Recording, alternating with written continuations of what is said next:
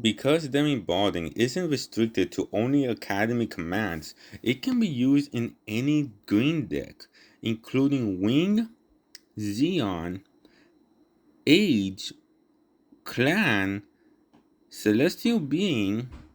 It can even be used in the new Londo Bell deck that's coming out in this set.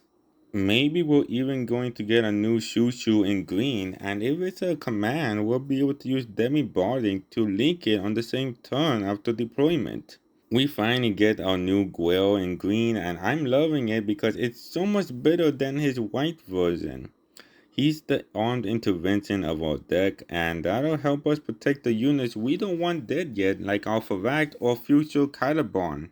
It's too bad that he can't help us some way to generate EX resources, but maybe in the future we get something else that can help us do that. The new Aerial Rebuild is doing something new we haven't had yet in the game yet, where we get to have our opponent forced to rest his units on deployment, not allowing them to attack or use their effects fully even if he links them. It won't be effective against units that are already deployed before we put out Aerial Rebuild, but it could still be useful.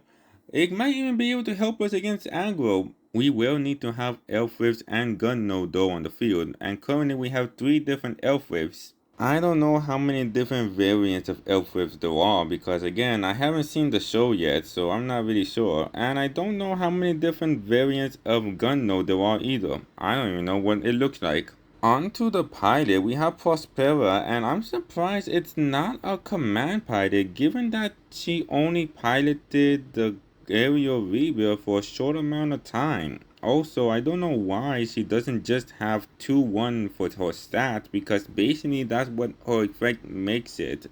Giving +1 to elf whips and gun nodes on the field could be useful depending on the original stats. We already know the original stats for Dawn and but I wonder what about the new elf whips that are going to be coming out, if there are any. The same said for gun node, not to mention what the effects could be. Because these cards have the Quiet Zero as a trait, I'm guessing that anything, anyone, and any unit that took part in the Quiet Zero incident will have it as a trait. So maybe even Caliban, Schwartz Jet, and maybe a third version of Gundam Farract will have this trait? Who knows, we're gonna have to wait and see, so hurry up Bandai and show us what Caliban can do.